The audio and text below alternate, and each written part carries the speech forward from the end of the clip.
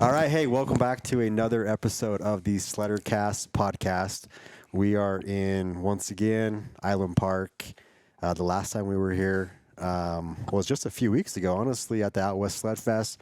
We had Duncan Lee, which, dude, your sleeve and his sleeve. My boy. Yeah, go Duncan. hand in hand, Yeah. dude. Love that guy. Yeah, we had him It's up awesome. here a couple weeks ago. They stayed Nice. with us, and we shot around all over the place up here for a couple days. Sweet. That's awesome. Yeah, he's a good dude. But yeah, both FXR guys, right? Yep. For sure. There we go. My boy. But we're stoked. We had a wonderful day today. I've got Russ Weibye here, and I've got Brock Hoyer. And I'm Trevor Erickson, host of the program. Make sure you like, subscribe, do all those things. Everything's in the description down below. I would make it super easy for you to do that. But we're going to talk today about what you guys like. What the heck you guys are doing in Island Park, Idaho?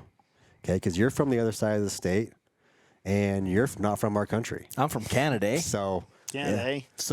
we're talking about what you guys are doing here in Idaho, and kind of what the next kind of week looks like for you guys.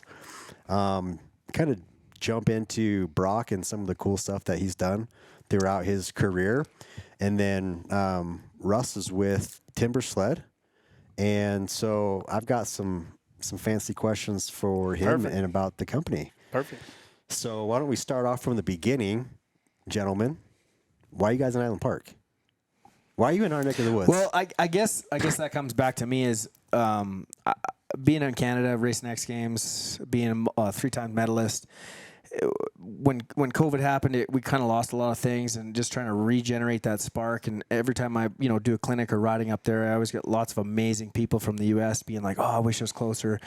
I wish I could come down and ride. It's just so far away." So I just driving to work one day, and I'm like, pitched it, and they loved it. So it's kind of like come down and just share the passion, right? You guys got to see it today, like why we do what we do. We love it, and that there's no fanciness behind it. It's just that collab that every sledder, snowbiker, dirt biker knows is when you like go ride areas with your friends, you just have a good time, and that's kind of what this is. And we're just gonna kind of carry it south for a couple days or a good amount of days, It's about a week. yeah, and just meet new people. And lots of people haven't got to meet me. Just pick my brain, talk about setup, cool things we have going on, and just get people like you guys came out and had a great day today. Yeah. Yep. Get people on that are like big in the sled industry, and then you guys have a good aspect of a true good day, full day, and you can just like.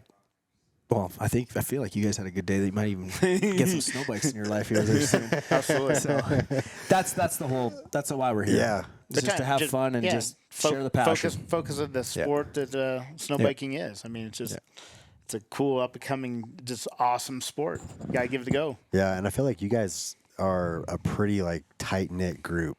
The snow bike community and industry is, and so Mac and I, there was no pressure at all. I mean, we kind of started at our level what we felt comfortable with, and then however how much we wanted to put the gas on, like you guys let us do that. Yeah. There might have been a couple times that we went a little tight on trees for you guys, and I really apologize for that. But there was a spot right in the beginning that was just kind of like, all right, it got tight. We I was are trying doing to find it. We are doing it. There's no backing out now. Yeah, that's Hoyerville. We're in it. Yeah. Yeah. But I feel like sledding's been around for so long. It's such a great sport, and this is just such a new revive on that. Yeah, different aspect of and totally. Us being a little smaller. I remember 12 years ago having one of the first snow bikes in BC, in Canada, way up north, and we don't live in igloos, but way up there, right? And I remember seeing sledders, and it looked like I was a UFO. Like they were like, "What the heck is that?" Like, so it was that cool feeling, like you have and then now it's cool to see, like my area, you see them all over. Yeah. And now I'm like, well, who's that guy? He's in my hometown, and I don't know who he has. I love to know who all these people are, and see the innovation in the sport and different companies. And I've been with Timbersled. I think this is going on 13 years.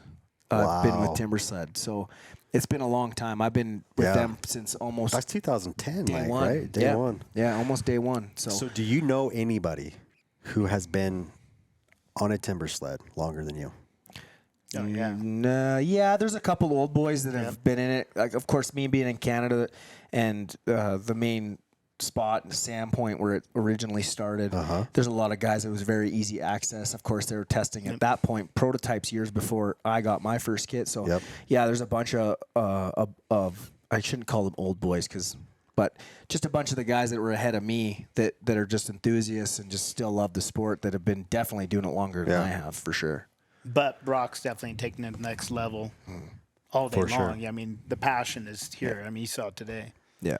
Yeah. So what inspired you to, I mean, I guess to pursue a path and get as deep as you have within the sport, within the industry? This isn't like your full-time. It is. Is it your full-time gig? Wintertime, I still work a little bit. I just try to slow up work so I can be more open for stuff like this and chasing storms and just and testing stuff for Timbersled and all that other stuff. So yeah, I definitely don't work as much. It's definitely still a job and something I love to do. And I'm super appreciative that I get the opportunities I do to get help with stuff just like this trip, to come do stuff that I would love to do just on my own by myself and my own thing, right? So my big thing, how I got into this is I was racing motocross back in the day, well, Canadian motocross, factory rider, and I was trying to find ways of, I had an IQ 440 Polaris race sled. I tried 1 year and I was like, this thing, I'm trying to find cross training instead of going to California for 2 months. It costs a lot. So we got tons of snow in Canada, so I might as well figure out something I can do with it. The race sled wasn't, no one really wanted to go make tracks. So I bought one of the first snow bikes. My friend let me try it. I was hooked. I called Timbersled, Visa. I didn't even ask how much it costs. I was just like, rack it up, ship it to me. And I kind of got hooked up from that. And then I had another athlete that was a Timbersled. I got him into it. And then he just got me into the right people, the owner at the time. And it kind of went from there. I never thought it was going to be like where I am right now. Yeah. It was just, I love motocross. I wanted to do something that was kind of like motocross. And then this thing turned into like a complete different level of amazing fun, people, relationships. And it's been an awesome journey. Was there something that you can specifically remember that was just kind of like the light switch? Yeah, when I was like on a dirt bike riding through tight trees overlooking God's country, I was like, I want one. Like, I loved it, and I'm passionate about dirt bikes, and I've sledded my whole life. Not as much as most people have, but I've always had sleds in my life and friends and cousins and stuff. And I just knew when I was on a setup that wasn't even set up really well. I think it was a Husky, and it was just, I borrowed it. I was riding a Cowie at the time. I just tried it out, and I was just like, there's something here. Like, this thing is so cool. And at that time, the ski was horrible. It was a 6-inch, and it just wasn't. Wow. It was a sled ski. We were running a sled ski, and like the technology now to what it was, or from then to now, is like, I have one of my old kits that I bought. I actually bought it back because I wanted to hang it on the wall just because. Oh my goodness! It was like, you found it. Yeah, I found it. That's rad. Yeah, I found it, bought it back, same bin, all my stuff. I don't want to say what I did to it, but I was very abusive to that kit. And I put it on my wall, and it's funny, like, even people will come over and I'll be working on my new Riot 3. And they'll look up and be like, man, that thing is old. That is ancient. Yeah, it's cool to see just how much the snowbike industry and Timbersled has just stepped it up and made amazing. Like, what you rode today is dialed compared to like what I rode 13, 12 years ago, right? It was going down the trail was like, it was a full focus, and now you can like one-handed warm your hand up down the trail, and it's like, it's nothing. Yeah. So watching the evolution of it change is amazing. Super cool. Yeah, amazing. Super cool. And to see where it started, like the whole history of snowbiking to where it is now, it's just building.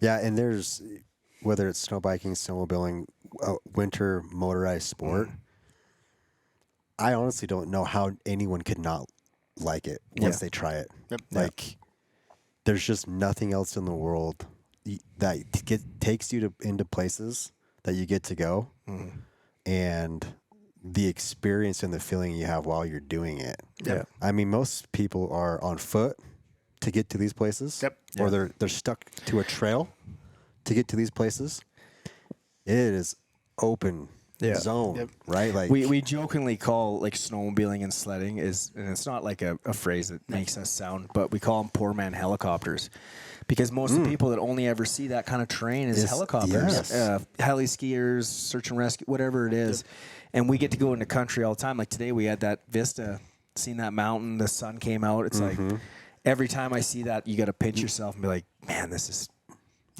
why you do no one this. can This see is why that. you do it. They're not hiking in there. No, to just see that. beautiful. Like, And we it's just like, happened to get it right then at that moment when it came out. And for me, it's like twist and throttle is a stress relief. So Yeah. you've seen the beauty stuff up there. It just makes life good.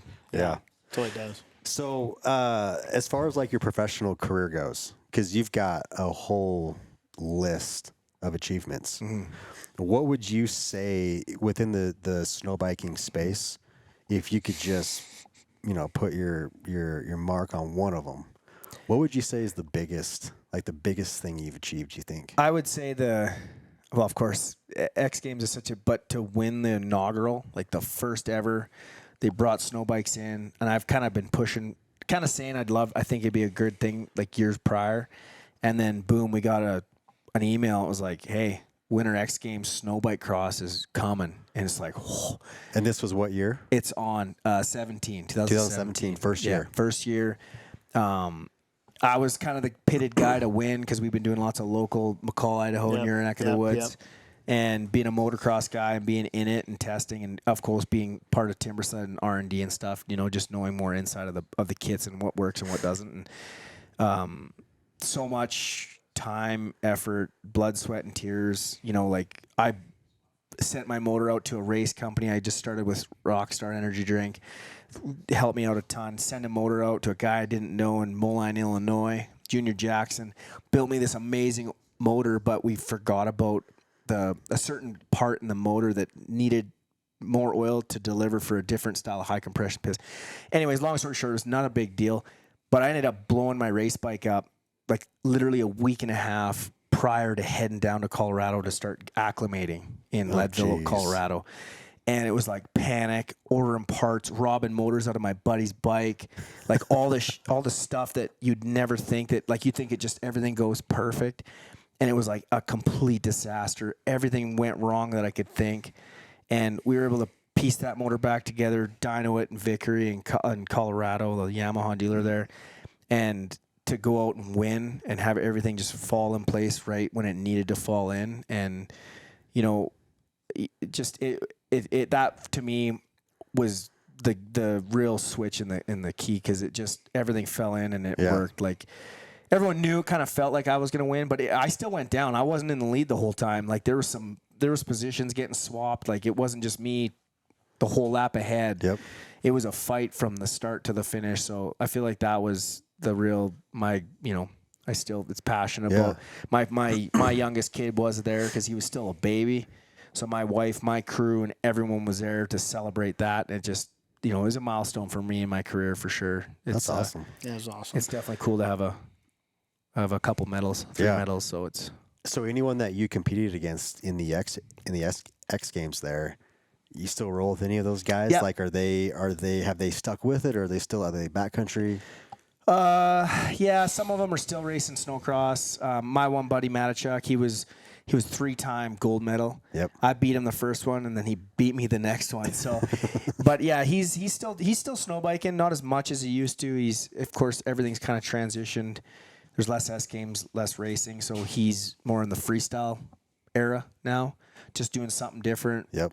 What, in a sense of what pays the bills for him, but he's still passionate about snowbiking and still loves it. But yeah, I've definitely chat with him. And then there's a couple other guys that medaled in between us and stuff that are in the U.S. that I still kind of chat with, but more Matichuk that I still talk to him a bunch of times. Actually, I called him 2 days ago before when I was driving down the road. I was bored and I haven't heard from him. So I was like, hey, man, how's freestyle going? Well, it's pretty good. Well, we caught up. And, so Good for you guys.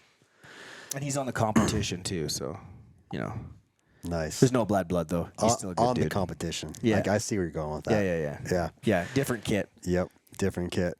What about challenges? Like, was there a challenge that almost knocked you out?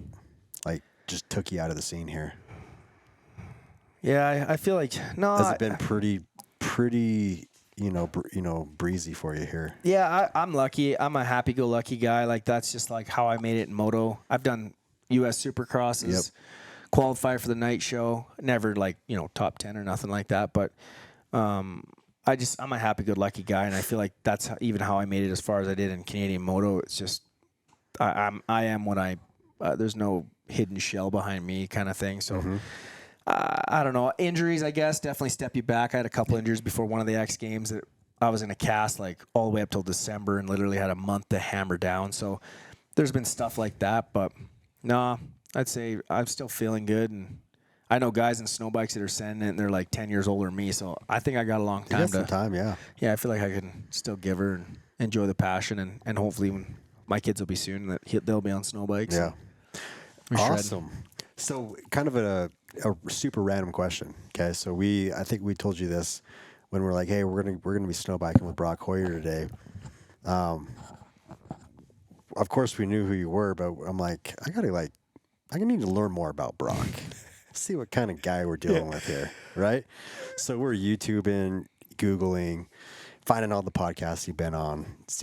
Anyways, I landed on the Way Home video. Oh yeah, that's a good one. And while I was watching when this, you're saying another thing, that was another other than the Next Games Gold. That one was super fun. Yeah. My favorite thing to film. Anyways, keep going. Yeah. the question I have is like, did you have to shut down the town to do that video? Because there's literally like no one. Yeah. So not a public person there. It took a lot of time. Like that thing was like from start to finish, from like first like talking in a corner to like into producers to pulled trigger was like 2.5 years.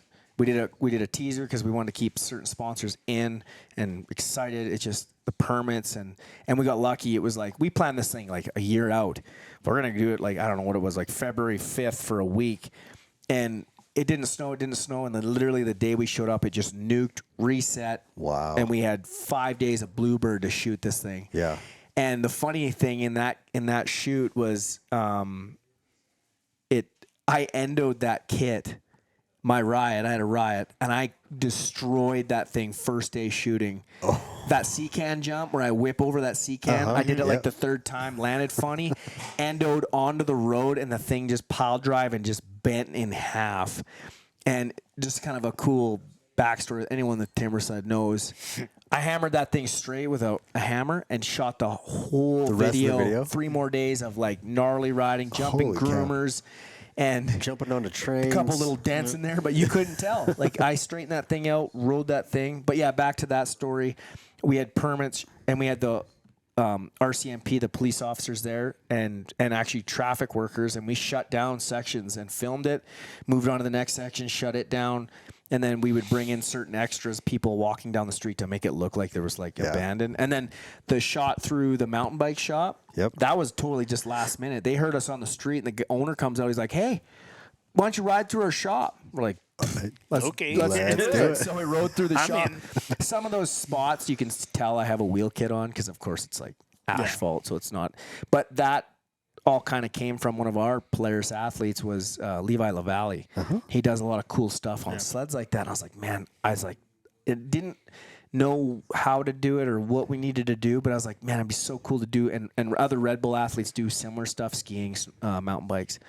I was like, I want to do a snow bike version. I don't know how, but I want to do it. And then that's kind of the we all kind of the sawmill shot. I went there like 2 days before, or the day before we shot that. And the guy, I'm like, hey, maybe like you got some cool stuff. You think we can ride over your roof? And he's like, yeah, man, I'll go plow it out. He plowed it out, fired the whole sawmill up, got a worker in, and shot it. Wow. And that was the same as the C-Cam property. That was all the same. And let me go over his roof. I'm like, man, this guy's awesome. That's a lot of moving parts going on. And it was all just stuff that just fell into places. I've known lots of people in Revelstoke, and it's such a great community. And my buddy would know that buddy, and everyone was just like super stoked for this. And it was funny. I shot that there, and everyone thinks I live in Revelstoke. Yeah. Because I'm there a lot. And so they're like, hey, man, I want to ride in your hometown. I'm like, I don't live there. Yeah. I'm like 5 hours away. Yeah. But yeah, it was definitely a cool shoot. Yeah. It's my favorite shoot. It was. Yeah, that's awesome. So if you haven't seen it, just go YouTube The Way Home. The Way Home. Brock Hoyer, it's money. Yeah. Money. So what's your next? What would you say is like your next biggest move? Like the move? I don't know, man. What cards you got? I've been pitching to Timbersled. I want to do a world record jump, distance jump. I don't know if I should say that on a podcast, if some other athlete will pick on that, but Yeah, but it was your idea first. yeah, so. no, I've been wanting to do just something fun. You know, like guys like Paul Thacker, I look up to him. He's a Polaris athlete as well, monster rider, and he's done some of that cool stuff. And I think it's just a cool, you know, something in backcountry, snow to snow, and we have world record jumps. It's out there. There's other riders like me and other guys that have done gnarly sends, but it's just never been recorded. So it'd be kind of cool. Of course, we'd never get to like dirt bike size distance, but it'd be cool to just, you know, put it in there and make a level and then see if someone can beat it. And, you know, it's world first, right? Like everyone was always like, yo, you should backflip it. And Turcotte, another one of our players, athletes, he flipped it first and he called me right away, get it on video. I was like, good for you, man. Like, I'm no sweat. I'm not a flipper. I like to ski. I like to do big whips and whatnot, but freestyle is just not my thing. It was more, and it was cool to see him pull it off. But I was just like, it's funny when you're in moto. I get this question all the time, like, yeah, I race motocross, and they're like, oh, you do backflips? Like, no, I race on a track. That's funny. Yeah. That's good. Yeah. Good. So I guess, you know, maybe you heard it here first. I don't know. I don't know. I want to do more. I just don't know. Like, this is a good kick towards that. And just, I've met tons of new people. I've never hung out with any of these guys yet, and we're having a great time. And that's what it's all about. Oh, and I wouldn't have known that. So yeah. No, I didn't. There you go. Met them yesterday. Yep. Nice. But everyone shares that same passion, so that camaraderie is right there. Makes it easy, for sure. Like everyone, you know, we can joke with each other right away, like we've known each other for 10 years, right? So it's just, it makes it. By the way, I've met you in Sandpoint before, but no problem, dude. I bumped my head a couple times, so I'm gonna call it on that. It's all good, dude. Yeah, I think you are right. I think you are right. We have. Yeah, I'm bad with faces and names. Good, I don't know dude. if I just was like that, but yeah. You just Way to make me feel like a butthole. You just got to make sure you're following him. Do you have a Kleenex? I kind of need one. I got, it's like awesome. You need a hug? That's later. But no, I feel like I don't know what. There's something. We got more here. We got more coming. We got a lot of kids. We have a lot of kids are a lot of better. people coming in. You know, like and the crews are starting to get younger and doing gnarly stuff. And so I feel like, I don't know, the sky's the limit. I'd love to get into doing some movie stuff. That's what I'd love to do. Oh. There's lots of potential. You know, like I've always said, like Bond, like. You know those scenes in the snow and everyone's got machine guns on the handlebars? Like, snow bikes would be sweet. Yeah. No more sleds. Let's do a snow bike and a sled. Like, dude, that'd be right up your alley. From the time I spent with you today, dude. I'd be my own I stunt told you, double. you're a little a pinball machine, man. Just boom, boom, boom, like, all over the place. Tom Cruise, big fan. He did that his own stunt where he bailed off the bike and dropped down the new Mission Impossible. I'll do that with a snow bike. Yeah. Like, let me in. Let's go. That would be money. You gotta get Vin Diesel. Remember, he did the snowball stuff. Yeah, that's right. Yeah. So I don't know. There's lots of areas that I'll shave your head. Yeah, I'd gain weight for that shot if I had to. I don't know. You pulled your hat off earlier today, and the first thing that came through my head was Elvis. I was like, we have Elvis back here. Thank you very much. Business in the front, party in the back. Was all I needed a haircut. I got so busy trying to get everything ready for this trip, and like an alpaca. Yeah, awesome. I think the mullet is just coming back anyway. Yeah, it is. I've been rocking it since mullet, COVID. and then you like 4 years. Put a perm in there, and time. then you're right on track with the perm. Yeah. So You should see my 7-year-old. He had a mullet, killed mine. Like that thing, he could wrap it around and put it in his, like it was curly. He got compliments all the time. Yeah, it's a thing right now. And then he wanted it cut, so it was gone. Gone. It was a sad day. No rat tail? No, it was long. He had flow. Growing up in Australia, I literally had a huge rat tail. Yeah, but that was a thing back then, I think, right? In Australia. But I had hair too then. Yeah. So I mean, there was that. So yeah. So Russ, you're with Polaris, right? Nope, I'm at Polaris Timbersled Ambassador. Yeah, Timbersled. My bad. Yep. So tell us what you do. Like, what is your role? What are your responsibilities at Timbersled? So myself and Trevyn Newpher, we're the captains. We are the ones who help ambassador captains. Captains. Yep. And if I were to look at that description online, what would that tell me? We kind of are the liaisons between corporate and all the ambassadors. Corporate and someone like Brock. Not necessarily Brock, a lot of just the ambassadors. Ambassadors. I'm more The athlete. athlete. Yeah. Yeah. Okay, so Yeah. let's make that He's big. distinguishment right there. Is Brock's big cheese. Yep, big cheese right Yeah, here. we're cream cheese. I get to do gnarly stuff all the time, high five fenders, and these Yeah. guys capture Yeah. it, and we just have a good time. So we literally, so our big thing is just keeping all the ambassadors in check and Yep. media and all that sort of stuff, putting on rides, getting, myself and Trev have been with them for so long. We were I think we are the first ambassadors. So you guys were like the first ambassadors.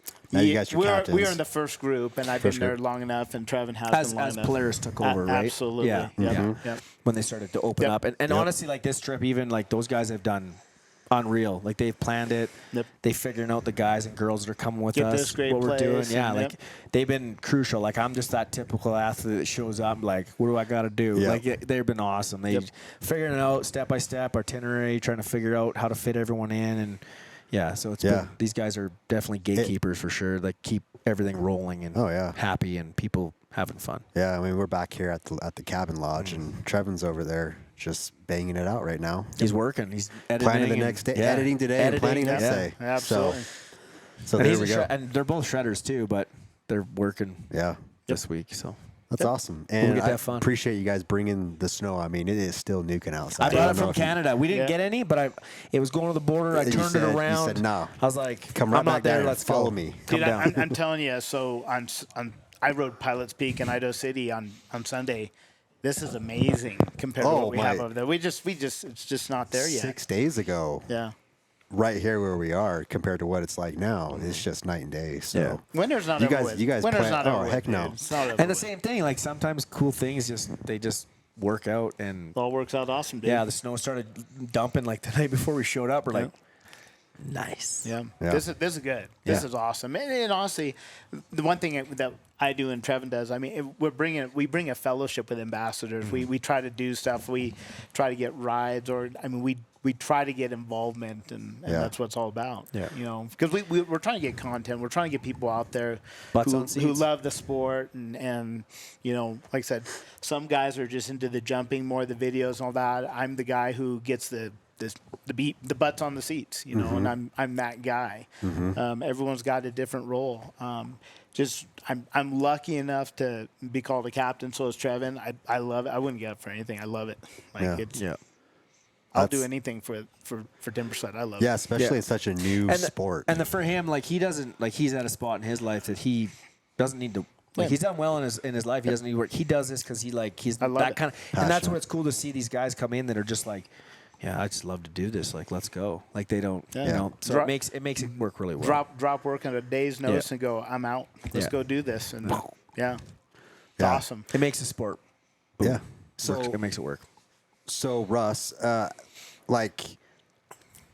there 10 ambassadors for Timbersled? Are there 50? I think right now we're about 20. I think we're at 28 right now. 28. Yep. And is it just kind of up in the air every year? Hey, let's look at the numbers. Let's look at location. Let's see. Maybe we add 1. Maybe we add 5. Like, how does that? It's totally on the year. I mean, when COVID and all that went down, just a lot of weird stuff happened, and so it hasn't been, when people start exiting, they want to replace them, stuff like that, and but it's also derived on where you're located and stuff like that.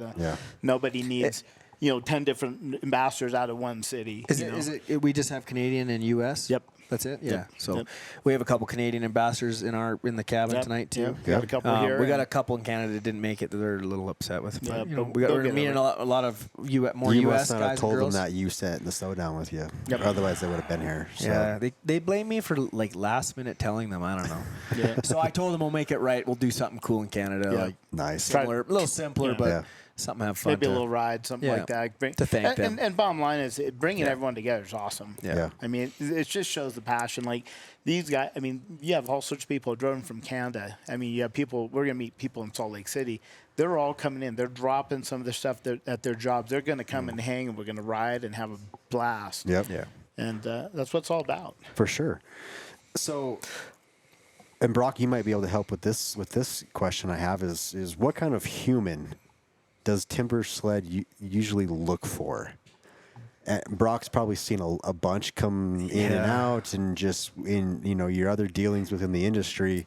They want everybody. But like, Yeah, they do. I feel like, yeah, you're right. I feel like they want, but of course you have to be physically, and you got to watch. Like you can't I don't know what the exact wording is, but you just got to be good.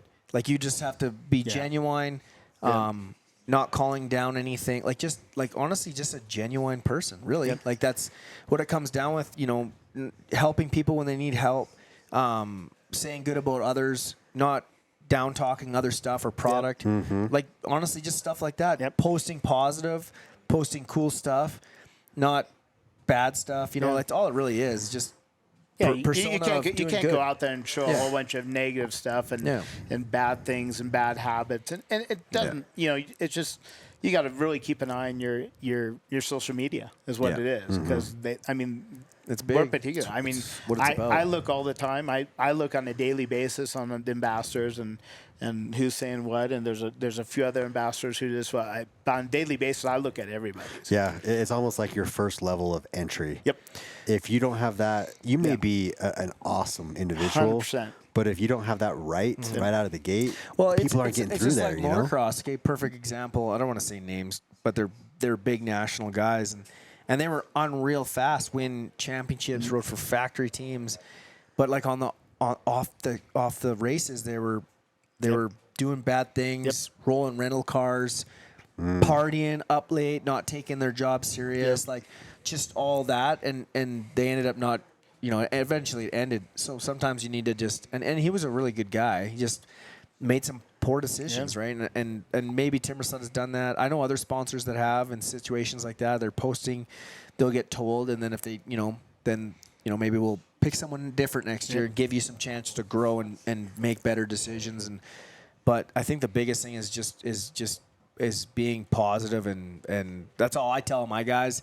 I've caught our own ambassadors post or say something, or their ambassador's husband. Yep. And call them quick and be like, hey man, like you should take that down, yank like that out. And I don't need to do that. That's not my job. No. But I just look out for those certain, not certain people, but anyone I can help that I know them.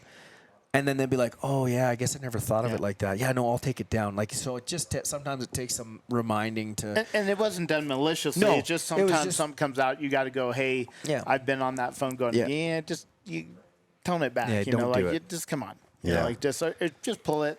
Yeah. There's another way of doing it. And like I said, all they want is positive. Timbersled's after positive athletes, positive people. They want to surround with positive and get away from all this negative junk. And, There's too many keyboard warriors out there now. 100%. And they hide by it, and then you see them in person, and they won't even look at you. And it's like, 100%. why? Like, just be, like, it honestly takes more work to be a be yourself. bad person than to be just smiling. Yeah. Yep. Be good. sure. Like, I don't know. I try to, that's my main in the game is just, I don't know. Be yourself. Try to make other people be better. Good. You're uplifting. I got a You're tattoo. uplifting. I got a tattoo on my arm that says "Justify Your Existence," and my way is before I leave this earth is try to help people or whatever, and leave this if I can, even if it's only one person, make it better before I leave. Yeah. Like that's how I look at that, and I feel like this being an athlete is a lot like that. Like lots of kids look up to me, or and some don't, and I try to help in whatever ways, and I feel like that's what an ambassador, me being an athlete of, it's the same thing. It's just, it doesn't, you don't have you're not trained, don't go to school, you don't have a career of it. Yep. It's just something you've been taught in your life, and you come up and be that. And if you don't, buy your stuff. Yeah. You can still enjoy the sport. Yep. You don't need to have that title. And ambassadors, they buy their stuff. Yeah. If anyone thinks they get all they get help. Yeah, they get help, but they do not. Yeah. It's not handed on a platter. You're still buying your stuff. And we've had ambassadors that have climbed up the totem pole in a sense, and are now athletes. So it does. You show that good foot over and over and over, and eventually someone's like, you know what? Let's give him a chance or her a chance. Let's do it. Where's that line typically at? From if I'm an ambassador and I'm climbing, what is it? Where is that line at where it's like, hey, we could probably look at this guy as a athlete? Is it they just, I think they just look at it as how they've contributed, what they've done, what their abilities are, and Consistency. Yeah, Probably even, a huge thing. Showing up. Carrie Barton. I mean, Carrie Barton was awesome, and for her to jump into the athlete side is phenomenal. But she's legit. Like, she's had she's years awesome. of awesome. doing good things and I feel like the biggest thing and it's not you have to be out there and just like doing gnarly stuff. It's just watching your progression get better as a rider. Bringing and helping value. people, like someone's on a group chat. Hey man, I have this, and this. And you don't know the person. You just fill in, be like, oh, I've had good luck. Try this. Okay, just stuff like that. Yeah. Bringing value, value. Just being a good person, helpful. Dude, I've helped so many. They'll instant. They'll hit me off Instagram, everything, ask questions. I'm here to help anyone. That's what we're here for. Yeah. And if I can't find the answer, I can call. I've got numbers. I don't know the answer all the time. we got numbers. We can find out info all day long. So. Yeah. I know it's a cliche thing to say, and people say it all the time, but it's so true. You can take 20 years to build up a good reputation. Oh, absolutely. And like you're playing, like you've got fire in your hands that you play with because of the status that you're on. Mm-hmm. You could take, what'd you say you're at? 13 years? I'm at like 12, 13 years. 12, 13 years of building up you reputation. can wash down the drain in a heartbeat. And one thing, dude, you say something to someone in a DM somewhere. Politics, they whatever screenshot is that. bad. Yep. Boom, like you are done. Yeah. It doesn't. It's just like life, I guess. Yeah. I feel like that.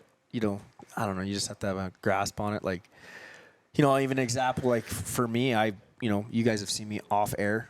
Like I might tend to swear a little bit. But I can turn it off when I need to. Oh, you swear? Oh, I don't know. Yeah, I that's didn't know. great. I Yeah. didn't get that. I don't think you cussed at all today, man. Like, not, that's just my, I don't know, my Canadian vocabulary. But I know when I need to shut it off. Like, and that's and professionalism. be respectful. That is like I am self-aware enough to know the setting that I'm in. Yeah. And so your surroundings going, hey, there's kids around. Yeah. Because I got kids myself. Like I get it, but I don't know. I got a trucker mouth, I guess. Being a mechanic, I guess. I don't know. What? As far as on the ambassador side, what level of commitment or responsibility does an ambassador have once they accept that position? Mainly just what we were talking about. Yeah. Checking Be out positive. your posts, be positive. And I'll be honest with you, one of the big, and you just brought up briefly, is get out of this political stuff. Dude, we all have our own. I can't. We that all could have, be like a whole nother in my podcast. contracts, like I have a Yamaha Absolutely. contract, and I can't talk about it. Nor that I don't want to. Yeah. Like people send memes and everyone has their own opinion, and I stay out of it. It's not like there's no right or wrong. They're not telling you can't have an opinion. Absolutely it's just, not. Why do you don't need to? But someone could share vote it. for a certain person, and that person voted for a certain person, and you have so it's just better to just not. And I honestly don't care for talking about it. I'll watch it. Yeah. I'll have my opinion behind the doors, like me and you talking. But that's it. I'm good with that. We're all men, and we're all individuals. We have our own opinions, but you don't have to lay it out there. No, I'm everywhere. pretty sure Polaris even I have in my contract too. Yeah. There's things you just can't talk about, right? Like it's just like knowing certain things are coming, you can't talk about. Like it's just nor do I want to waste the energy on what the world is going through right now. I want to talk about snow bikes and having fun and enjoying this trip and more stuff that you can actually control. Yeah, right? I can't control that. I can give my opinion, but it ain't gonna change anything really. Like I just want to get people unstuck, show them the sport I love, and try to convince them that they love it too, and that's it. Yeah, 100%. Send it off of rocks, all sorts of stuff. Well, maybe don't do that, but leave that up to me. Yeah. What if there's anything interesting, any cool initiatives coming up over the next couple of years from Timbersled? Anything? I know most of that, the stuff is like locked up. You can't say anything. No, I'm just No, there's. But I mean, like, I guess how do you think that kit that we're looking at out there, right? That we're riding on? Yeah. I mean, just from your perspective, what could possibly get better? Hey, dude, I tell you that all the time, and I'm like, oh, you could do this, and then they'll be like, they'll show me like the next year thing, and you're like, huh, never even thought of that. Like, but that's why those guys do that. Like, I'm the guy that does the silly things off of rocks and jumps, and I can, but those guys can just, and girls can just see through and understand. I tell them I have a problem, or I need this to do this, but I'm like drawing with crayons, and then they have like a full scan and can do it on the computer, right? Yeah, like they actually turn it into like I got to a like thing. Crayola crayons, and I'm like, do this, and they're like, Chalkboard. what the? Whiteboard. So it's cool to have a team, and we have a great team of guys and girls that make cool stuff, and we get to, we got to juggle through the economy and people and teams and riders and all that stuff. But and they want to be competitive as well. So they're, because there's other snow bike manufacturers. I think, what are we at right now? Like 8? I think it's less than that. Less 7 kits like now, that, so. and there's a couple North America, a couple one Canadian, The and Russian then one one, Russian, and I think there's something else. But it's cool to see like all these other It's people. competition. It makes it better. It makes everyone. 100%. push. If you're the one, if there's one dude, one team, timber sled. Uno, it's like having competition is cool. Like seeing stuff. But you're racing yourself. You're never gonna. You need to be innovative and look for new stuff and I put it this way. I know they're doing it. I know the guys who are doing it. But they're doing it. They're doing it. That's easy. Yeah, they're doing it. That's easy. Yeah. Well, cool. So you guys still have a lot of work to do tonight and a full day tomorrow. So It's all good. we'll respect your I'm gonna night here. watch You got a nice, comfy cabin here. But we do ask 2 questions to everyone on the podcast. Throwing shots, dude. I gave Russ a heads up. So I'll let him go first, and I'll ask the question so you can have some time to think about it. First one is pretty easy. You have a new Timbersled kit, okay? Bike Timbersled kit. What are the first? If you could only do 3 things, that's easy to that thing. Yeah. What are the first 3 things? Only things you're doing. Okay, so that's the easy one. Okay, I'm teeing that up for you. Okay. The next one is, what is one thing that almost all of your followers don't know about you? We're talking secret, man. Like that one like secret, friends or followers? like followers. Okay, Followers. that's easy. Okay. That's easy. I got a bunch of those. No. Okay. Yeah. I just don't. Okay. I could answer for him too, because I mean, we've been here. I mean, I've never met him before before Sandpoint. But anyways, yeah. Okay, so all right, so let's start with Russ. I mean, you've gone through a ton of kits, right? A ton, and you have a ton of kits every year. So, I guess what are like the first 3 things? If you only got 3. Thermostat is one of the biggest ones, and whether pretty standard for any snow bike. Yeah, got to do it. And then it's also on the budget thing. Whether you want to do a trio or a TSS, a strut kit or a fit kit, it's all. And there's no right or wrong answer. They all rock. I've had kits with no TSS in the back. I mean, it's no suspension, just a strut. They all rock. Hand guards for me, because we do trees. I mean, we do a lot of trees. Yeah. And there's. There's a massive list. Hand warmers, that's a big thing for me. Like today, did you get cold hands? I did not get cold hands today. You had heated bars. I mean, I believe I got cold hands the only other time that I went. Yep. So I must not have had heated bars. Or I just didn't turn I the knob. I turned them on for you this morning. Like, this is on, that's off. they were on today because I know I checked them. I made sure too. Yeah. No, it was comfortable. Dude. Yeah, absolutely. Taking care of us. I appreciate it. No, dude. I told you when I said, dude, you got to come. Yeah. Like I did. So did you get 3 of them? I got temperature.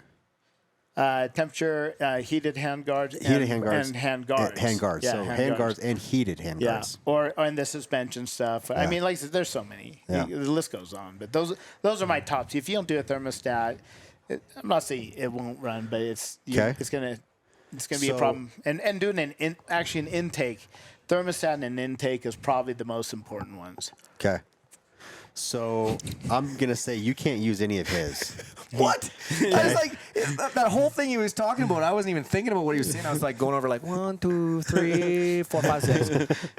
I mean, maybe we can assume. Okay, let's do one. So I'll do the same. I'll do his. I'll do my 3 of some of it's his, and then I'll try to spin it off of. Those Maybe are something used. that's a little bit more unique to you. Yeah. For me, I would definitely do for comfort. thermostat heated bar seat. Yep. Okay. Would be Seats in there. seats yeah. huge. Seat Yeah. concept seat, Yeah. man. Like when they get Yep. frozen for just comfortability, just to get you going. Yeah. But he like touched on like 16 things. Yeah, so well, like, dude, and I didn't can't touch any of them. No, I didn't even bring that. Intake. I did say intake. He said it. Those words came out of his mouth. Out of his mouth, dude. There's like 16 But, things. but like, he may have broke the rules. Yeah. yeah. No, You I the couldn't- first three yeah. things he said was thermostat, heated bars, and and TSS. Yeah, TSS. Okay, Yeah. so for me, it would be intake. Doesn't matter what brand or manufacturer. Yeah. There's tons out there now. So like back when we talk, no, I'm going to switch Yep. subjects. So you're good. When we first started snowbiking, Yep. they didn't have nothing. No. We built everything. No. We were like pioneers of forging stuff. Yep. And, like now you can just like go to a shop and order. Now it costs money, but you get nice stuff. Yeah. Like Good my stuff. stuff. Good I quality was stuff. building things and wrapping intakes and trying to get warm stuff, and like I remember using like zap straps, and like it wasn't pretty, but It you know, worked. it worked, right? Yeah. So I would say intake, tools, because Yeah, you always got yeah, a tinker. Absolutely. When you're gonna break A down. nice stuff. tool set. You yeah. do. It doesn't matter what manufacturer, They- kit, brand, nothing. You have it's. There's gonna be But a problem. sometimes one you can't time. just control. I mean, No. maybe you hit your Bend a kickstand. peg? Yeah, a peg on a rock, and Yeah. it's bent some sort Yeah. of way, and you Yeah. got to figure out how you're going to Yeah. bend it back. But it depends. If you also want to be individuals, what about like a deviant ink wrap? You know, that's what I was thinking too. That's actually in Yeah. the rules I here. I You know have to this. say You that? can't. No, I- you can't. You I can't say a wrap. Yeah, wraps No, don't that's count. more style. Yeah. Like that kind of Yeah. makes you Yeah, who but you so are. I'm and- superficial. Yeah. I'm superficial, so that's actually high up for me because I got to be different than the next guy. Another one, light. That's super Yeah, key. lights, Bikes don't come Yeah. with lights. Sleds always do. Yep. So some people won't run the handlebar light like we do. They'll run just a Oxbow or whatever it GoPro is, style or- light, yeah. like an Oxbow. Yep. Click on, but I run both. I have because those night rides Yeah, why are not, right? gnarly. I don't know what else. I feel like those are the main things to get you going. Yeah. Pegs, C3 pegs. Those having wider pegs is really key. Like both the bikes you guys rode today had C3 pegs. Just for a lot of it's just comfortability. It doesn't make the bike say perform. But at the end of the day, you come back and you're like, that was nice. Yeah. You know. Sure. So Okay. yeah. Yeah, Okay, that's a good list of things. Yeah. Okay. Last and final question. you're good. Okay. You ready? Yep.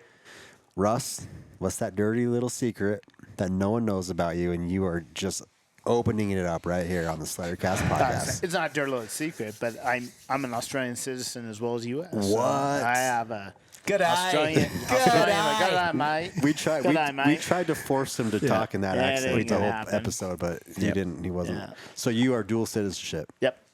Yep. So he can smack kangaroos. Got a mom, stepdad over there, stepsister. I mean, I got family over there. Yep. How often do you go over there? We were there last November. So yeah, you're we- like a we- yearly basis? or? we try to. I mean, COVID was a little struggle, but yeah. Yeah. I do like. I'd love to go there. It's just so far away. I know, right? Yeah. Yeah, it'd be a great. I've heard place. things. I think my wife went. Her sister went. This was awesome. And It was everyone I've awesome. ever seen, Yeah. they go work on ranches and do all kinds of cool Yep. things, and it's just like super cool. My best Ocean. friends Ocean. went. Ocean all is the what- stories yep. they told me were just like unreal. And they did the whole thing. I think they were there for a month. They went the whole island. Oh wow. Yep. Or the whole country. Yep. I guess you Just should say island. experienced It's it big. all. Yeah. No, it's a big island. Oh, big island. Big okay. island. Yeah. Okay. All right. So we got an Australian here. Yeah. All right, So, Brock. Hoyer is not my first last name. Snap. Let's turn this off right now. Yeah. What Snap. the heck? You've been playing us this whole time? So Hoyer is my mother's maiden name. It And is Rapunzel. It's actually Rouse was my father's. Rouse. Rouse, R-O-U-S-E. And most Rouse. people don't know that. Like, I mean, even some of my friends don't even know that. Dude, that's cool. I was, of course, my dad, he tried to be in my life, but yeah, I wasn't there. Same way I became a mechanic. I was racing dirt bikes, and I either had to fight or flight. It was like, fix your stuff or don't race. So Yeah. that's how I became a mechanic. And he tried to help. He put some money towards some of my bikes, right? Uh-huh. But my mom and her family, the Hoyers, did even when I was in high school, I was calling myself a Hoyer. Everyone in the school called me a Hoyer until you did the provincial exams. And the principal who steps is up this like Brock? Brock Rouse, and everyone's just like, "Who the hell is that that?" guy? And I'm like, me and all my friends were like, "What?" Like Who they are didn't you? even know. Yeah. So Do we even know you? I had to do the same as a woman when they get married, and I had to wait till I was because he wouldn't allow it. He's still in my life. He sees the kids and stuff, and Yeah. he doesn't quite agree with me doing it, but he understands. Yeah. And so when I turned 19, I was eligible to change my name. So I had to go through the whole process like a wife goes through, or Yeah. anyone that gets married that wants to change to their significant other's name. Yep. And do the whole rigmarole. But everyone knew me as Hoyer, so it didn't really change anything other than if I showed my license or my passport. It's so now on there, yeah. yeah, That's awesome. So yeah, that's something that no one knows. I mean, yeah, thanks for sharing that. yeah, That's awesome. Gentlemen, the night is still young Yeah. for you guys. Lots ahead. Yeah. Appreciate you guys so much. So we got a Yep. call like 3 days ago, I think is all it Yep. was. Hey, if you want to take part in this, get your Yep. butts up to Island Park Yeah, let's go. on Thursday. Our mutual And buddy was doing make a it wrap happen. on my bike, installing a wrap that these guys produced, and I was sitting there and talking to Trevyn, like, and Matt came up. I'm like, work on him right Let's now. do it. He's come back on a plane from New York, so Yep. this was it all flowed, dude, just like Yep. this whole trip. Yeah. And that's it's just funny how we things roll. like that, they just work into place and just 100%. click in, right? Yeah. Like if it's meant to be, it's meant to be. Yep. Okay. All right. Obviously, we know where to follow you guys on Instagram. Not Brock Rouse. Yep. It's at Brock Hoyer. Yep. Brock Hoyer. We'll make sure we tag that appropriately. And Idaho Snowbiker. Yeah, Idaho Snowbiker. Here we Yeah. go. The Australian. Follow along the journey, Snowbikers. These guys are good. I mean, when this goes live, you guys will be long gone all out good. of our territory. But follow the journey, and we'll see you on the next episode. Awesome. Thanks, Thanks guys. buddy.